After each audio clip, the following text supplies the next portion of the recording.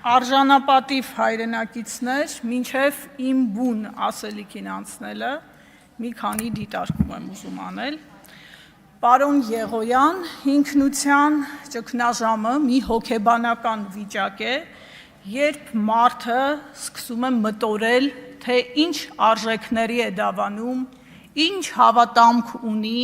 ինչին է հավատում։ Երբ նա կարծում է, որ նախկին ինքնությունը չի համապատասխանում իր այսօրվա կարգավիճակին ու ապրածին։ Դա մի վիճակ է, երբ մարդը փնտրտուքի մեջ է ու վերանայումների մեջ է։ Օրինակ, կարծում է, որ Արարատը այլևս մերը չէ, ցեղասպանության միջազգային ճանաչումը վտանգավոր է,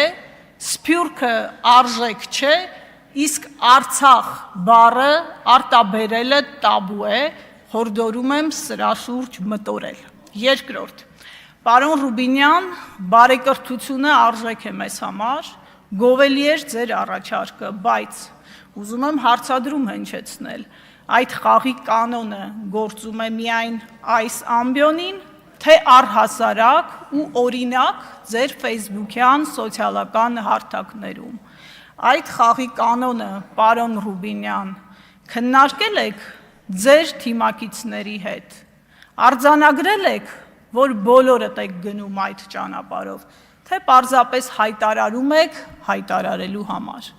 Երրորդ, հարգելի իշխանական պատգամավորներ, երբ շարունակ հարցադրումներ եք անում 300,000 ադրբեջանցիների բնակեցման վտանգի մասին,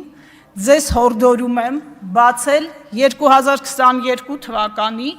դեկտեմբերի 24-ի Ադրբեջանի նախագահ Իլհամ Ալիևի ելույթը, ուշադիր ու դետալային լսել, պարոն Չախոյան, դուք նույնպես։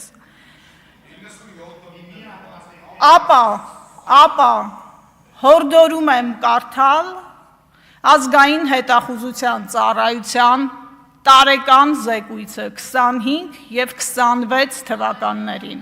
եթե հարցեր մնան, տիկին Գրիգորյանին ուղղեք այդ հարցերը։ Հիմա բուն ասելիքս։ Այսօր այս խորհրդարանում չենք ընտրում պարզապես ազգային ժողովի նախագահ, այսօր որոշվում է, թե Հայաստանը ինչպիսի խորհրդարան է ուզում ունենալ։ Խորհրդարան, որը ծառայելու է միայն իշխանական մեծամասնությանը, թե ծառայելու է ժողովրդին։ Պարոն Ռուբինյան, ամբողջ խորհրդարանի ինստիտուտն է ազգային ժողովի նախագահի պաշտոնը։ Եվ եթե այն չի ծառայում ժողովրդին, չի ունենալու հեղինակություն, ինչպես չուներ ձեր նախորդը։ Ուժեղ Հայաստան դաշինքը այստեղ եկել է ծառայելու ժողովրդին, մեր քաղաքացիներին, նրանց, ովքեր հավատում էին, որ մենք կարող ենք ունենալ ավելի ամուր, ավելի ապահով ու ավելի ուժեղ երկիր, և նրանց, տիկին Ղազարյան, ովքեր չէին հավատում դրան։ Մենք ծառայում ենք Հայաստանի բոլոր քաղաքացիներին և Հայաստանի սահմանադրությանը։ Որպես ուժեղ Հայաստանի ներկայացուցիչ, ես այստեղ կանգնած եմ նաև որպես մարդ, որը տարիներ շարունակ իշխանության համար անհարմար հարցեր է բարձրաձայնել։ Որպես լրագրող, նախկին լրագրող, ես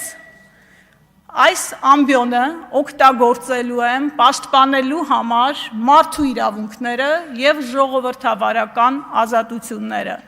որի առանցքային մաս է կազմում խոսքի ազատությունը։ Ձեզ ներկայացնելիս տիկին Մանավազյանը, պարոն Ռուբինյան, բնութագրեց որպես ամենաբաց ու թափանցիկ գործիչը։ Շատ գեղեցիկ ներկայացրեց։ Եթե դուք ամենաբացն ու թափանցիկն եք, ինչու եք այսօր սահմանափակում ազգային ժողովի տարածքում լրագրողների ազատ տեղաշարժը, ինչու եք որոշում, թե նրանք որտեղ պիտի կանգնեն, ինչ պիտի տեսնեն ու ինչ պիտի նկարեն։ Ձեզ ուզում եմ մի դրվագ հիշեցնել ոչ հեռավոր անցյալից։ Պարոն Ռուբինյան, դուք հանդիսանում եք մի նախկին խմբագրի թիմի ներկայացուցիչ, որի թերթի լրագրողները ազգային ժողովի տարածքում շարժվում էին, ուզում էին, նկարում էին, աշխատում էին անխոչնդոտ։ Նրանք աշխատանքային տարածք համարում էին նույնիսկ խորհրդարանի ճաշարանը։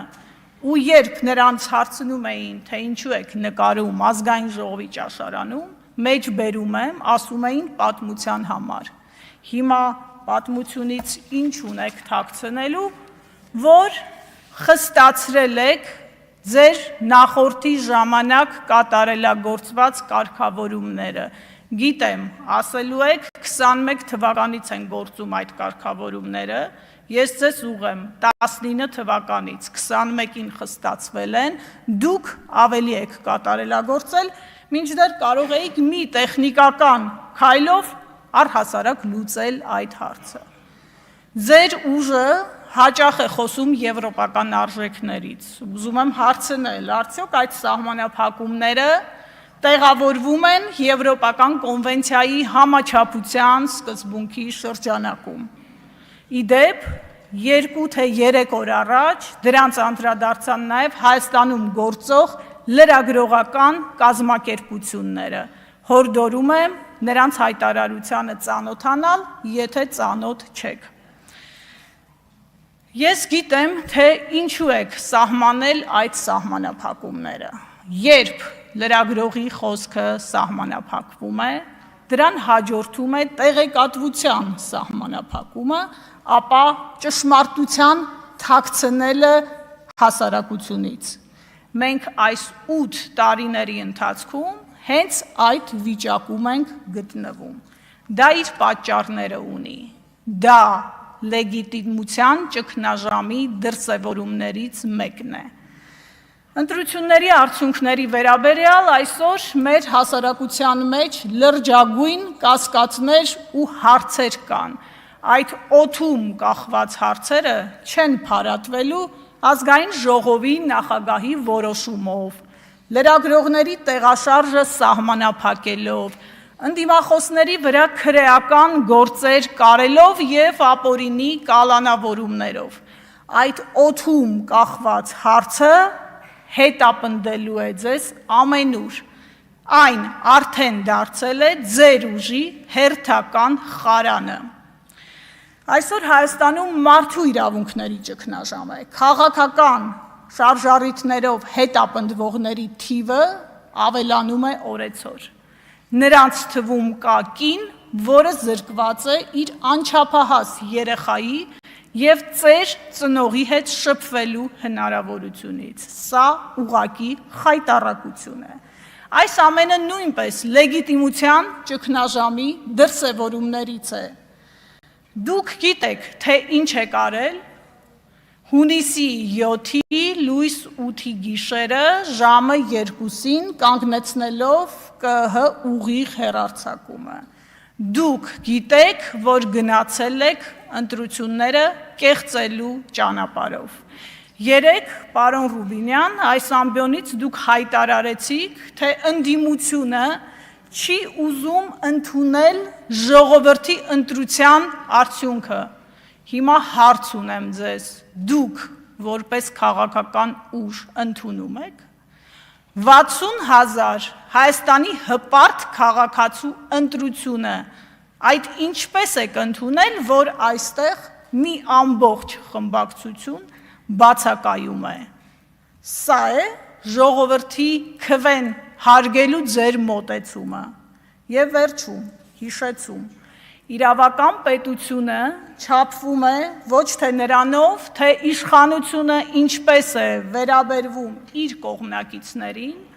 այլ նրանով, թե ինչպես է վերաբերվում իրեն ամենակոշտ քննադատողներին։ Ուժեղ Հայաստանում,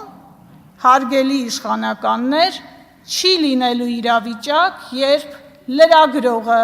քաղաքական ընդդիմախոսը կամ պարզապես ակտիվ քաղաքացին տեսակետ հայտնելուց հետո մտահոգություն է ունենալու, թե հաջորդը մասկի շոուները կատարվելու են իր բնակարանում։ Շնորհակալություն։ Հարգելի պատգամավորներ, հիմա անցնում ենք